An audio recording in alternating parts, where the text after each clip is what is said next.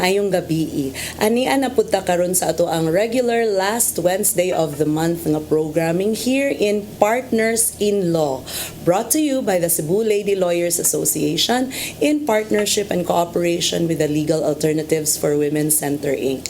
I am attorney Irene Ann Caballes, your regular anchor both of Celia and of Law Inc. And tonight we are very, very honored and excited to have with us a mental health expert. She is a graduate of BS Biology. She has a master's degree in education in guidance and counseling.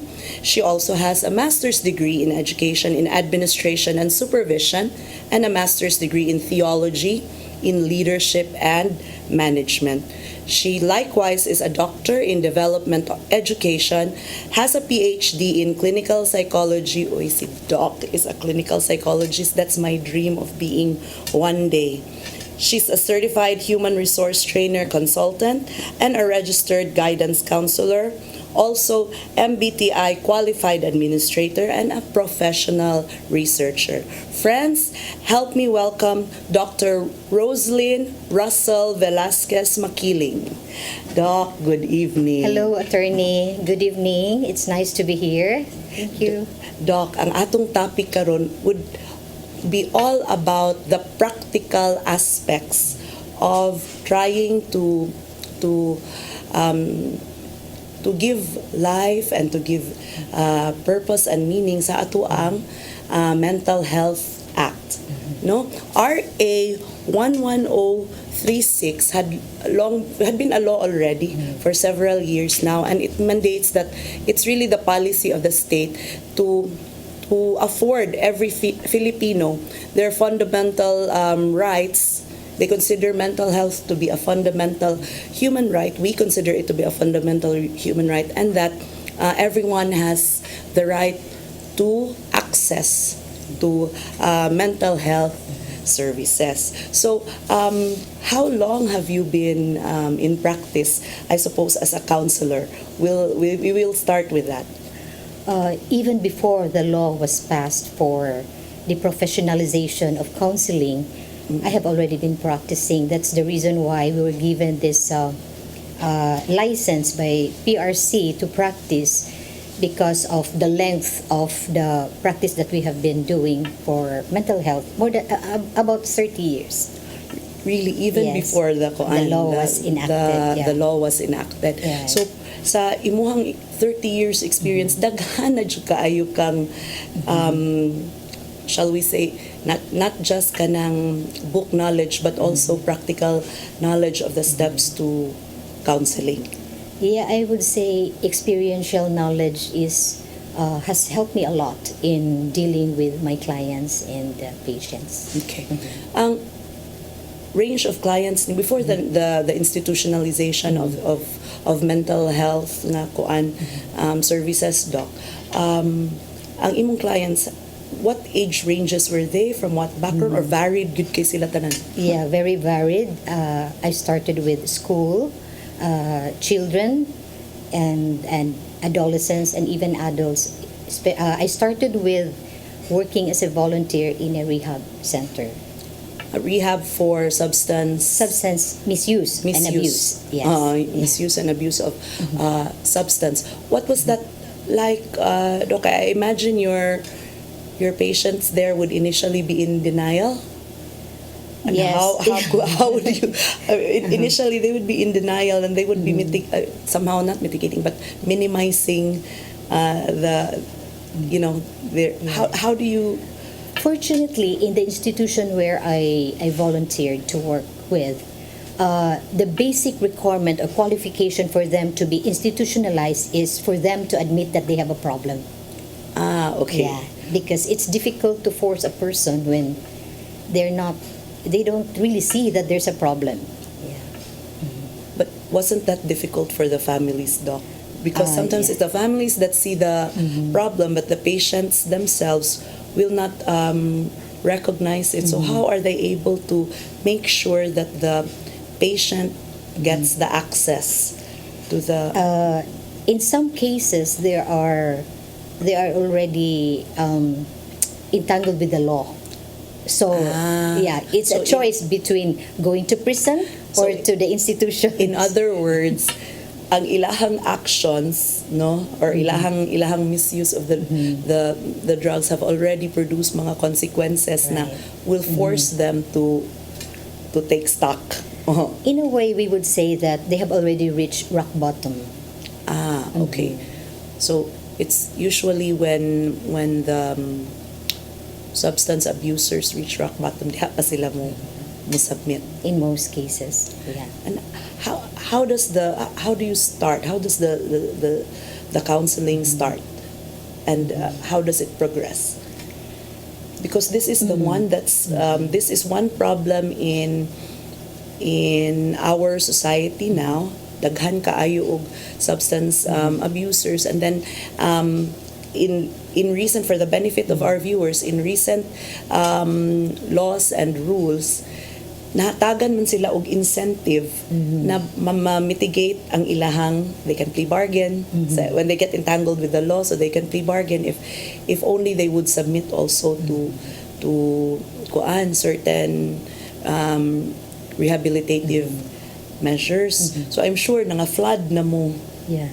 og mga cases would karon ani doc. So how do you start with, because sometimes like yes, I submit to counseling, but I'm only doing this for minimum compliance. How do you get past that? We start with assessment. We have what we call the thorough battery of psychological assessment, wherein we will be able to identify and determine whether the client is sincere or not. Yeah, we're using standardized tools to be able to see the profile of the client or the patient. Because by then, when we see the strengths and the weaknesses and even the potentialities and the propensities of them having disorders, and it could be used as diagnostic and basis for treatment. So the beauty about the tool is that we can see whether the person or the test taker or the client is making, alibis, or are they? Is it valid? Is it false truth? Or we will be able to see that if they are lying in the tool. What if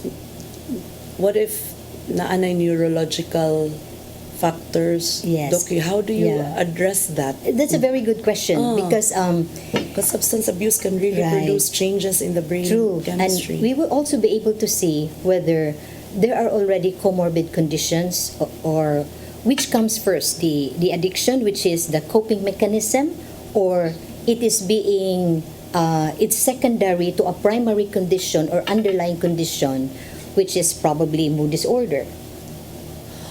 Oh, so which comes first? Yes. Is the addiction the- causing the mental problems, or was the addiction just a coping?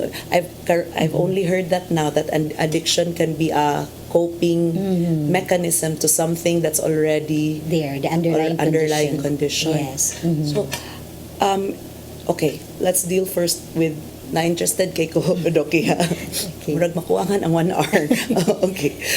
Let's deal first with what if there's already, how do you determine nga kanang underlying condition yun ni siya?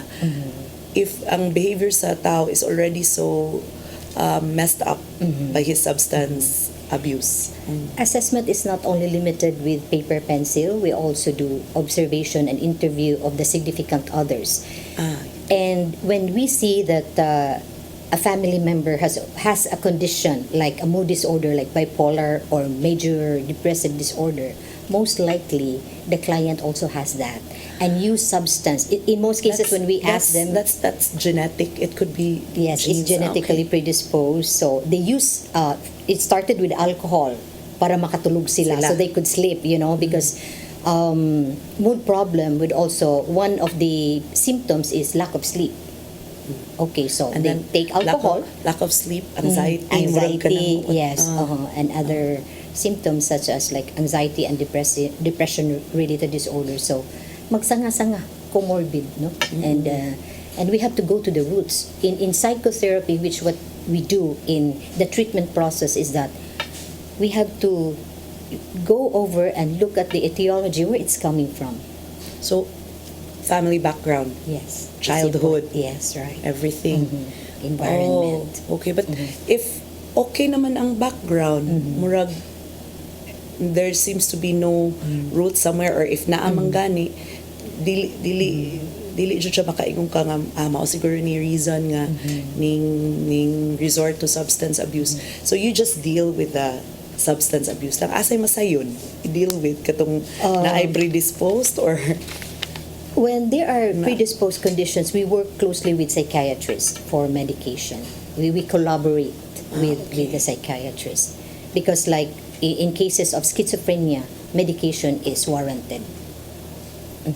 so some of them already had schizophrenia and then nigamit Yes. pa gyud og. Yeah. But why would that be man? Or the substance use could also Cause lead to the- cause delusions the and schizophrenia. and hallucinations or schiz. So Or some point. So in at some point you also really have to work with medical Yes. doctors kay even if you might take away or masakto ba doc ma-detox na ang patient or ang client, di man gyapon mawagtang ang problem kung Yes. di to ma-address ang underlying. Yes, right.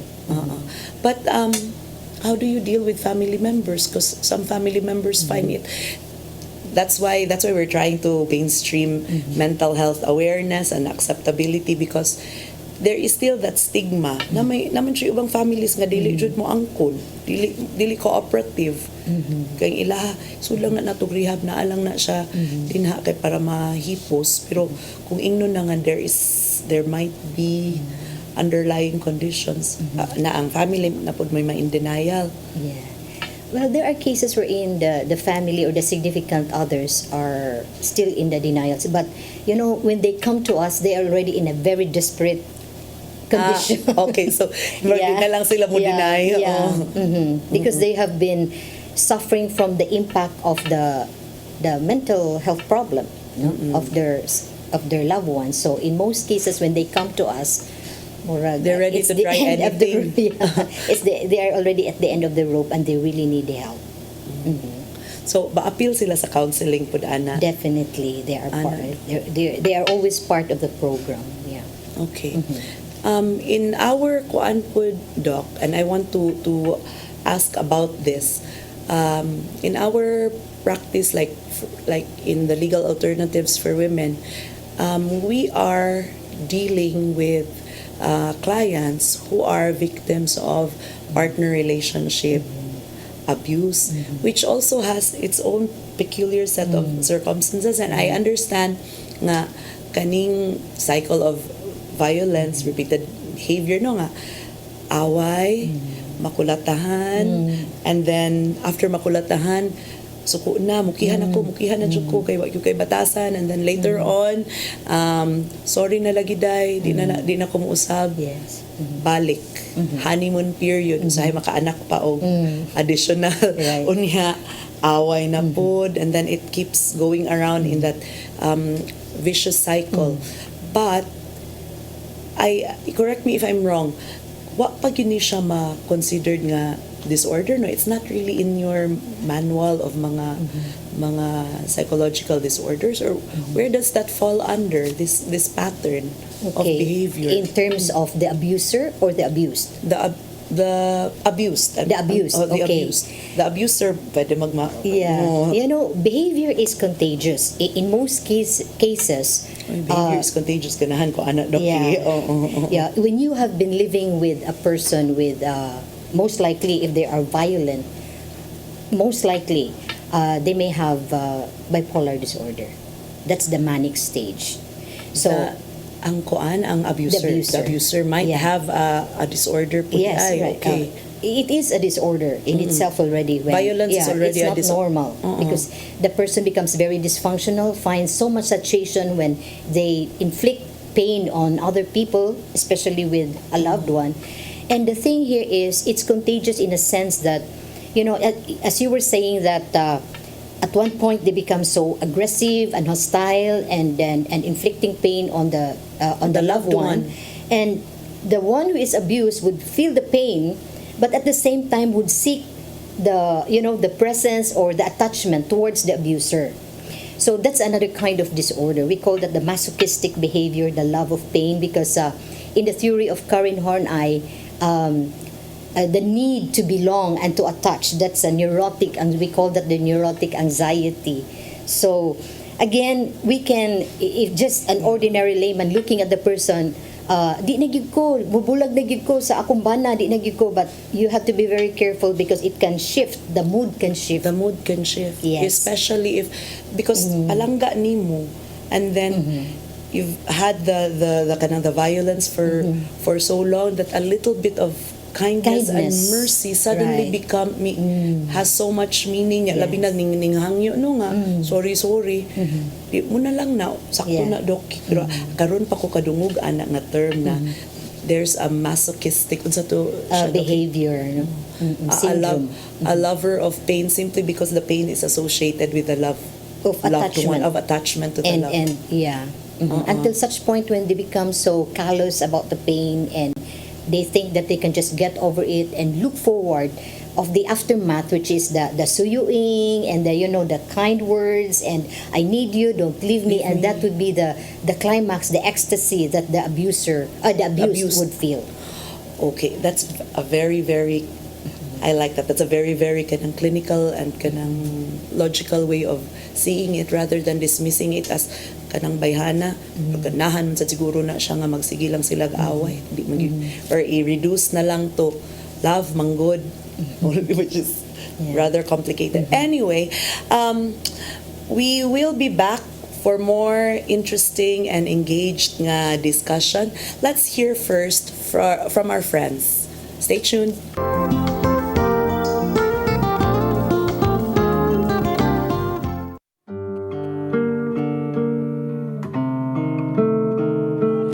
Lamig kininday apan paghinay-hinay.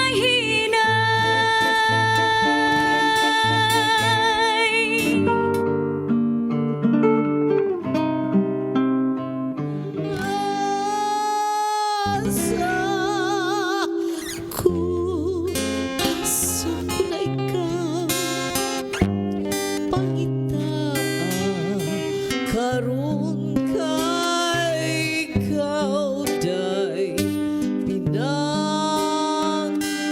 ko.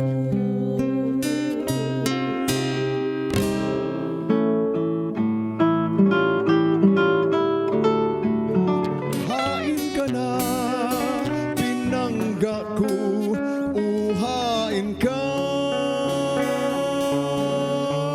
Awiton ko, Patiun ko.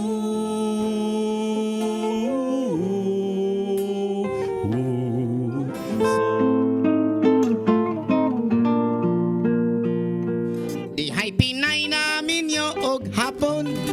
Hapon nga tigulang og hubakon. Sugod siya kay iya lang hokhokon. Og iya lang oto-otoon. Ay pas Sayawin day, surain day, surain day, surain day.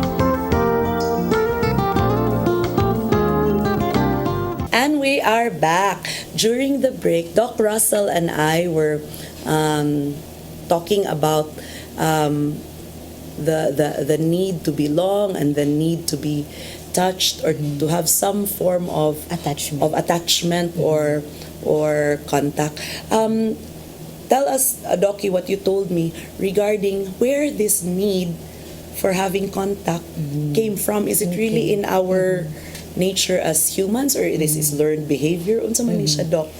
Well, both. It's a learned behavior. In psychoanalysis, it was already established among personologists that when during the first 5 years of an individual, the need to attach to a primary caregiver, which is the mother. Usually the mother. The mother. Okay, the absence of the love and affection from the mother figure, and that is the primary caregiver, would bring about an aftermath of childhood trauma, especially in the life of a male individual, according to Sigmund Freud. According to also, Yeah. So it's really mostly the males who need. Oh, well, we all need Yes, our mother uh-huh. figure, but the males specifically a little bit more. yeah. Although similar with the female figures, but in the later years, in the first 5 years, according to Sigmund Freud, the first 5 years, the male figure would look for the primary caregiver, which is the mother, Mother. and the absence of such would develop kind of disorder in the later years. Okay, so from the beginning, we are programmed na jud from birth to need some form of touch or nurturing. That is why parenting is very important, because disorder is, there are just two things, the protective factors and the risk factors. First is the absence and the presence. Risk is the absence, protective factors are the presence. The presence is protective, love, care, attention, as we were talking about during the break, that the lack of touch and affection from the significant other or the primary caregiver would develop a kind of neurotic tendencies in the individual, which when means we that say neurotic, Doc, what do you mean by neurotic na kanang tendencies? the easiest emotions that can be expressed is anger. Okay. So Resentment. So, like we have what we call biological marasmus. We also have what we call psychological marasmus, the absence of affection from primary caregiver. So that's why we call the mother is the very most important, of course, equally with the father, but the presence of the mother is very important in the life of an individual, and the absence of such will develop into a crisis in the later years. Does it have to be good a female mother, Doki, or somebody lang nga murag mother? When you say mother, The somebody nga surrogate kanang mother. Yeah, nurturing lang yun. Yeah. Oo, There is what we call a what if- substitute. Yeah, what if they're orphaned early? So it's their father who is the mother-father. Again, there is a distinct expression from a mother figure. When I say mother figure, it can be a biological mother. It could be a surrogate mother, or it could be the grandma or the aunt. It could be that. It's different if it's kanang feminine. Lahi, Yes, lahi sad. Lahi, Oho, jud lahi kung- sad siya. When we say mothering, it's a very feminine distinction. I would or- say there's a distinct touch from a male and a male figure. Yeah. Biologically, yes. Lahi, gidi, I know. Okay, but also the absence of a father figure, di ba naaman say, Right. Yes. naaman say ka ng negative. Negative. Naaman say For negative both, for effects. male and for both. According to Erik Erikson, the psychosocial theory, that the absence of the father figure would also create or lead the way to another dysfunctions in the later years. So, kung sa absence sa mother, it's usually anger, resentment. Sa absence sa father, unsa man. Well, similar, or the development of character can also be another leading, problem in the coming years. I have noticed that, Doc, usually ang among mga women who have intimate partners na either husband or live-in partners uyab ano nga ang papa pud aning ilang intimate partners like absent or indifferent murag mga emotionally unavailable pud. Yeah. So when you say nga character murag shiftless og character ba walay anchor niya murag di lagi ni siya kasabot niya. It ends up traumatizing you the woman. Yeah.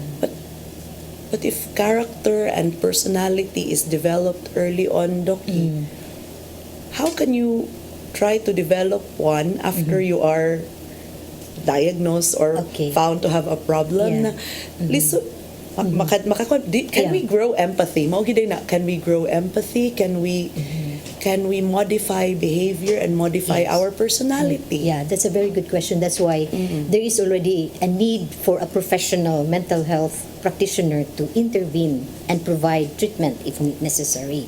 Because this is what we call now behavior modification therapy program, or we can also help if especially for mood disorders like chronic depression.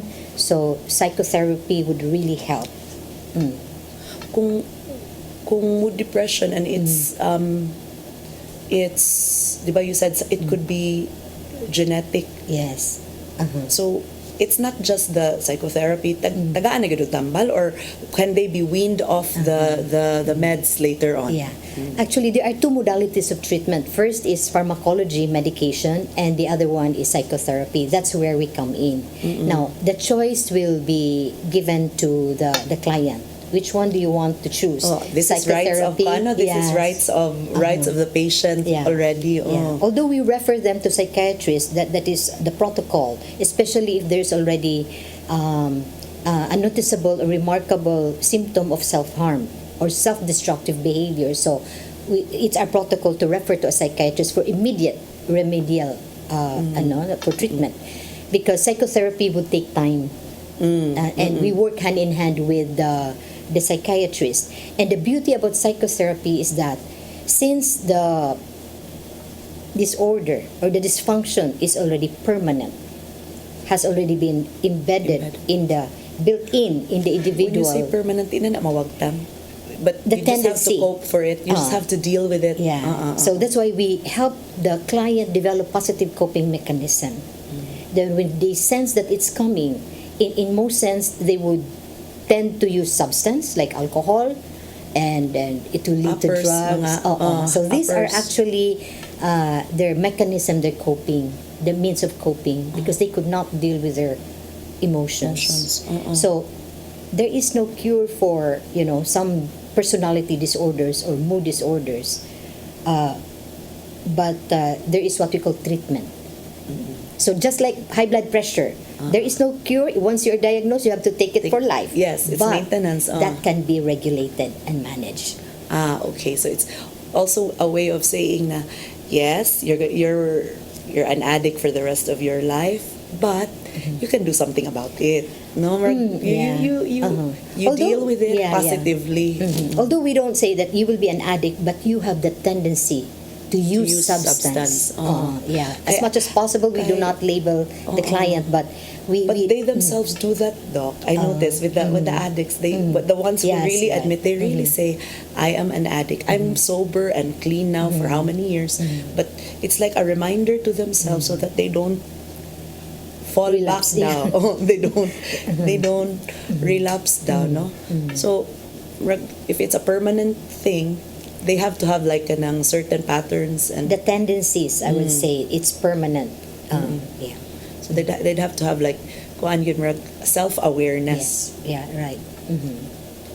I'm really moved by what you said about naanay self-harm. Okay, yeah, I have lost family members and loved ones to self-harm, and then you would never know na adi ay to. You would never know kay cheerful, friendly, has a kwan, and then all of a sudden ni withdraw lang for a few days, and then the next thing you know. Yeah. So, would say kanang let's go now to the advocacy sa kanang mental health professionals, Doc, especially when behavior becomes harmful to the self and to others. What is your message or your call, or at least for the ordinary people around the person having these problems, ba, so that kibaw what to do Yeah. when confronted, or how to see the signs. Kaya di ba may kaibaw nga, hala, ano man to siya, naingato man to. Oh, so, Yeah. sa inyong advocacy, how do you kuan that? We would start with the family and the school. Most of the time, especially with children wherein there is an increasing rate of suicide Among children, among children young adults. 13 to 17, even up to 25 years old. Especially on the onset of pandemic, it has skyrocketed the mental health problems in our country and even all over the world. It's a universal problem. Now, I think it is Kaya very nawala man ang important. touch. Out, Ah. nawala out na Yeah. minimize katong what you said. Right, the interaction. Yes. Because of pandemic. So unsaon ninyo, Doc, like for example, ako murag paranoid na lang sa ta, Yes, mag-ten out right. sa to ang mga parinti, okay baka to siya, naunsa baka to siya. How do we know when kinahanglan na og intervention, or what if amo pong ikuan, di ba there's such a thing also as nurturing the problem. If you give it over, naguol lang gamay, you label it depression, na mo mura na hinuog murag gialagaan nimo Yeah. ang problem. So how do you know, at least for us layman, what are the kanang murag indicators? Watch out for the red flags, like the unusual behaviors, like and I think prevention is better than cure. We start with prevention. In the family, we start with the family when the parents or the significant others would spend time listening to the lived experiences of their loved ones. Even if sometimes we would say murag nonsense mani, but actually listen to their feelings. You don't really have to, and just validate it, because people nowadays would need, like, I'm angry, and said, ay mawala na siya, or you would say, I feel sad, ay ikatulog lang na, iampo lang na, and that's the usual response among our Filipinos especially. And Especially sa mga Gen X nga parents. Yes. Doc, Uh-huh. kay ang Gen X nga parents, I would say like katong kids who were born in the 70s and early 80s, and so now they're the parents na of teenagers, Yeah. or sometimes even the grandparents Right. of small children. Our generation pasagdan na ba ta? yeah, Di yeah. kaayo ta as nurtured or as mothered as before, but munang makaingon ta nga okay ra man lagi mi kamo nganong ingana man mo, pero Yeah. that's really an observation Yeah. nga kanang murag, or is it a generational thing? It's also a generational thing, and I think psychoeducation is very important. The youth nowadays are more prone and vulnerable to mental health problems because of, you can see the disparity of how we were brought up. This is the generation who experienced pandemic. You can just Yes. imagine, and the difficulties that they're facing. And I think for the parents out there, I would like to advocate this, that listening. When you say, like, if your child or your brother or sister or your significant other would say, I feel lonely, and probably it's not parenting, but say, oh, I can sense, can you tell me more about it, except of giving advice. or even just asking, why lonely, why I'm here, or Yeah, okay. Sometimes asking why would be intimidating to the person. Really? Yeah. So how you word there are what we call probing questions, like, I can see that, I can sense that you are lonely. So just acknowledge that you see and how the person is feeling. Because when you say you pray more, so that is dismissing the person. you're leaving him to his koan, Yeah. to his own problems, Right. and dealing with it. No, but can you also initiate it, Doc?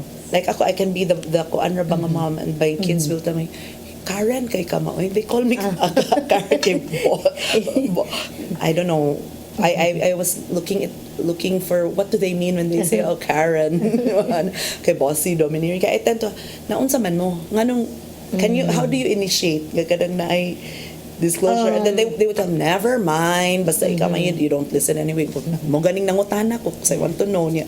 I come out as Karen. So, saan man ako, nga di ko Karen. Yeah. So in a unstructured setting, when we talk with our children, perhaps we take our hat as parents, but put on our friend hat. Like, even if we wanted to say a lot of things, advice giving or information giving, just zip our mouth and just listen.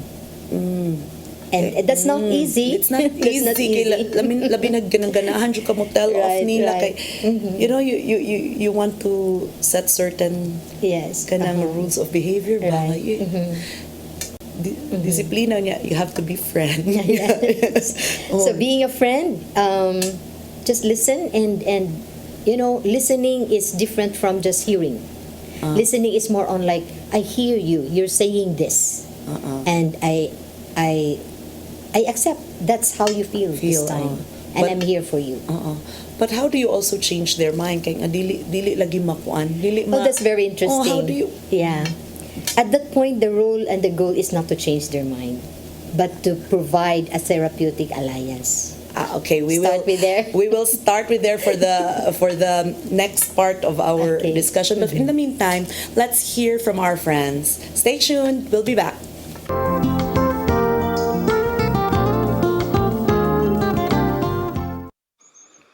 Marami sa ating mga kasama, mga kakilala at mga kaibigan ang hindi pa rin lubos na makapaniwala sa ating gagawing paglahok sa darating na eleksyon.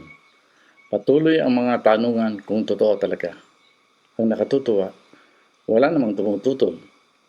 Nais lang na matiyak na ito ay isang laban na walang atrasan. Handang lumuhok ang marami. Pinuhay ang pag-asa. May pagpipilian na. Sa wakas, ang bawat isa sa ating hanay ay may pagkakataong ipamalas ang kabayanihan, tunay na paglilingkod at walang kupas na pagmamahal sa Diyos at bayan. Batay na rin sa tamang pag-unawa, alam natin na ang takbo ng pamumulitika dito sa atin ay dapat nang baguhin. Ibalik natin ang mga tamang batayan ng paglilingkod at paghawak sa pamahalaan. Karapatan ng ating sambayanan na pamunuan ito ng mga lider politika na may tunay na kaalaman, kakayahan at loobin na harapin ng walang alinlangan ang bawat salot sa ating lipunan. Bawiin natin ang bukas. Ibalik natin sa mamamayan ang liwanag sa ating kinabukasan. Ito ang laban natin.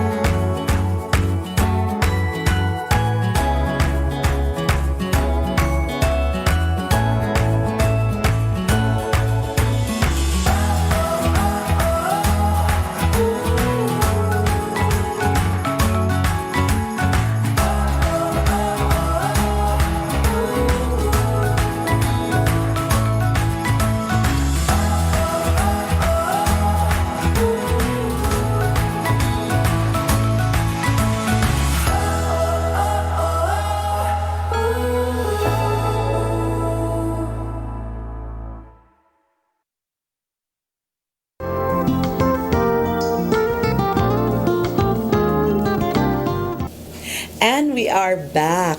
Okay, we were discussing with Doc Russell, dear friends, na while we want to provide unsa ganito nga environment kanang Non-threatening non-threatening environment for kay at that point dili pa for them to have the right person or to change their behavior, but first establish a non-threatening environment.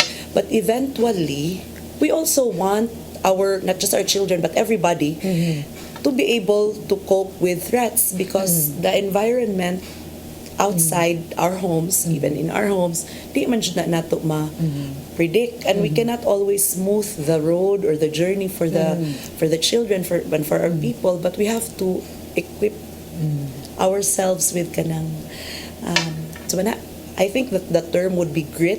Grit, no? Yes, GRIT. So how do you do that? Doki, kung magsige na lang tag non-threatening, Okay, kung anon yun. yes, Oh, hala, this is from a Gen X Karen mom to the kuan. Again, this is very challenging, and the approach that we can use with our children and family members is that, again, build a therapeutic alliance, that my role here is to love you and to provide with a non-judgmental attitude towards you. And if they feel that, and you have already built that rapport with the significant other, then we can probably start to ask, given the scenario, I feel like hitting my friend. I'm so angry at her. So we are tempted to say, "Uy, ayaw na, don't do that. That's wrong." We can probably say other like, and what do you think? Would that be helping you? Do you see that as a problem? Questions. I think questioning can help them process their thoughts, because at the moment when the person is very emotional, they cannot think well. So timing is important. When the person is very emotional, especially when the person is in pain, this is what we call halt, hungry, angry, lonely, and tired. The person can be very vulnerable at this. Hungry. I get Hungry. hangry. Hungry, angry, Ako hangry. lonely, and tired. So if you see that the person is hungry, so it's not the right time to give the piece of your thought to the person, or to correct or to teach the person. Kaya So so mo find- to kaaburido ang mind. Yes. So it will just solicit or Okay, kanidok ha. This is from kanang mga personal experiences of ano ba. Sometimes wala tay time because there are other things that for example, children need to do. I really want to nurture your feelings, but please finish your assignment first. Kay naanay deadline, Yeah. naanay ka ng for this week, yung wa pa ka naka-submit work.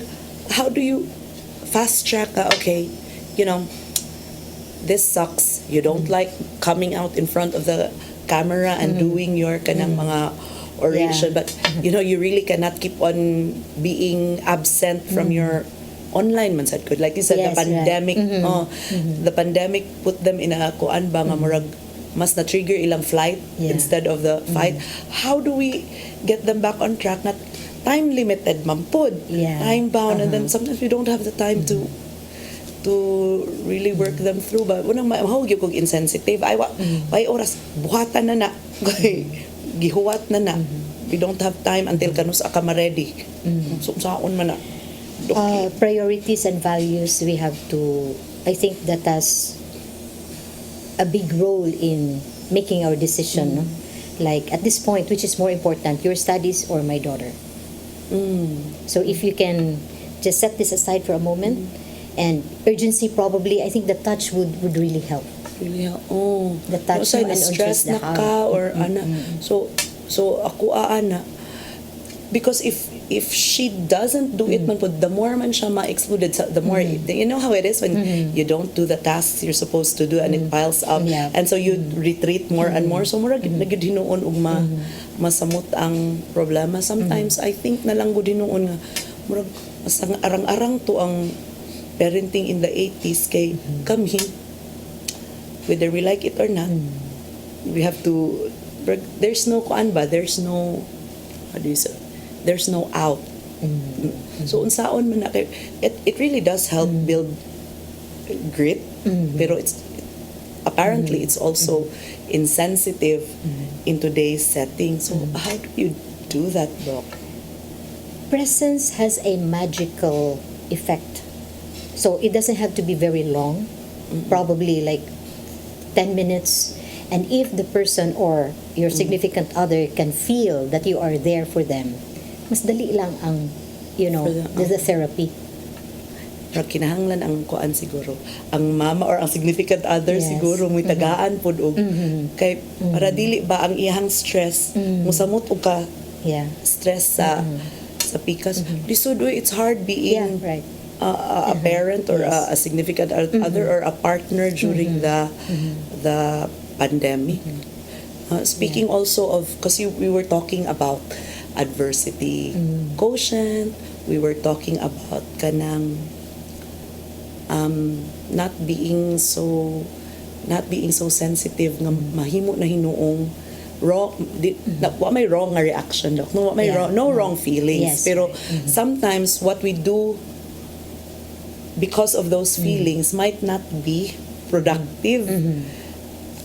Actually, I'm thinking and talking about the SOCMED social media wars now that it's election season or even before election season, kanang mga opinions lang niya. Mahited na kaayo ang away on social media niya. Makita nimo ba unsa nganong ingani man. So what do you think about that, Doc? It's just my professional observation that in most cases it's displaced anger. It's displaced, like why do you have like the lack of balance, like the reaction is overboard. I mean, Yes, they overboard usahay. take it so personally when it's not about them. So I think because again this is the effect of the pandemic, no, and people may not be aware of it, that there's being consumed by the over involvement and taking things personally when it's just like it's not just like we have our advocacy, we have our rights in civil rights as citizens, but it seems like it's already more than religion to them. Yes, Yeah. you're actually grabe na ka personally invested niya. Yeah. Makalimot na usahay nga you've been lifelong friends. Yes. Niya, because of what it amounts to really is a difference in opinion. And then even if both of them recognize it's a difference in opinion, the moment mo try to communicate each, lahiun nagsabot. Kunya kani pong ning communicate pod kanang lahi na pod og og approach when it could be done better. So how do we unsay nga na establish siguro kanang right and unharmful behavior, and not just behavior but also reactions from people who are already so engaged in social media because during the pandemic na minus-minusan man ang actual physical kanang interaction. Yan, in social media di bagyo kay nimo mahinumduman nga amigo na mo higala na mo pila ka years lahi ra tong katong sa time nga magsige pa mo og meet up with each other. So how do you kuan as a mental health and by the way, sometimes these statements and these outbursts even give rise to lawsuits. Kay Yes, kay true. kuan naman humiliate each other naman on SOCMED just because of a difference of opinions.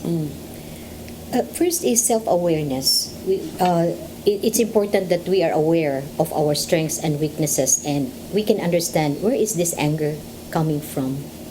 And secondly, understand the person. Like, everyone has a story to tell, or probably at that time the person is just projecting or displacing whatever behavior that's seemingly unlikely for the person who's perceiving it. So I think at this point when there is so much disengagement, there is already chaos and conflict in opinions. Self-awareness. where is this feeling coming from? I will ask myself, why am I angry? No? Why am Correct. I angry? Correct. Why am Because I I cannot control the other person. So I'll just speak for myself and why am I reacting? Why am I angry with what she said, for With what she example? said. Oh, why And am I triggered? And why is she angry? I think trying to understand where the person is coming from and what the person is going through at the moment. So it would need some kind of transcendence. Transcendence meaning you can still experience peace amidst conflict. Peace is there. But if there is turmoil inside, it will ultimately come out, overflow. So it's not about you, it's actually me. I'm just angry. I can't understand. I'm confused and this is my way of letting it out. So So how come ma-displaced man po, Doc, ang anger? That's something you have to find out for yourself. the difference of opinion, that's a very good avenue to express my anger. Okay. So, pero why do we need to be angry if That's- it's yeah. strange bitaw nga. Naglahi raman ang opinion, but Yeah. why do we need to be angry and why do we nakabantay lang ko there is really usahay super pushiness na to do so Imposing. that's the nice way imposition and then of course ang katong naka-feel sa imposition mo react Yeah. good na ay ka ng Kasi the tension already. the tension already. So where does that need to impose come from? Yeah. Or to displace your anger? Yeah. That's a very good question. That's why in our practice now, we are already advocating spirituality in mental health. Akana, that I totally agree with you, Doc, because if you don't believe in something higher than the human race, where will you Yeah. get accountability po? Because it will give us hope and inner peace. Inner Because peace. inner peace is an inside job. You can't get it from others. Even if people will validate what you're saying, the emptiness and the turmoil within will still remain and will always find a way to be expressed and come out. And it's sometimes you also get that peace from the knowledge and the belief that there is something more than Yes, right. you and the human condition and Right. and something else, no? So kana with regards to having therapy with the patients and the clients, Doc, and I'm really asking this not just for myself as a mom and as a citizen of the world, but I'm asking this for all lawyers who may have had to deal with, shall we say, not so positive emotions from their clients, and how do you distance yourself from it and kanang put an understanding that ang kaning emotions sa akong clients are not after all my own. Yeah. So a little like this, you're the expert in behavior and personality and counseling.